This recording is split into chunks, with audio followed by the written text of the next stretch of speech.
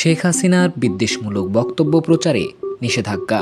আন্তর্জাতিক অপরাধ ট্রাইব্যুনাল সাবেক প্রধানমন্ত্রী শেখ হাসিনার বিদ্বেষমূলক বক্তব্য গণমাধ্যম এবং সামাজিক যোগাযোগ মাধ্যমে প্রচার বন্ধের নির্দেশ দিয়েছে।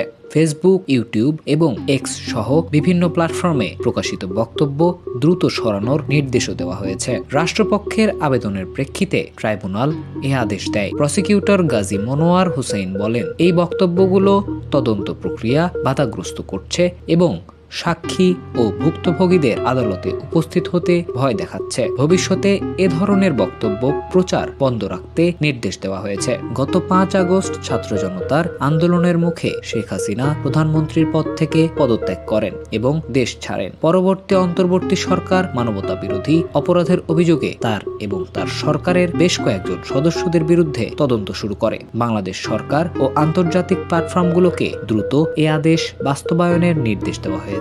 প্রসিকিউশন জানায়, এই আদেশের মাধ্যমে তদন্তের পথ আরও সুগম হবে।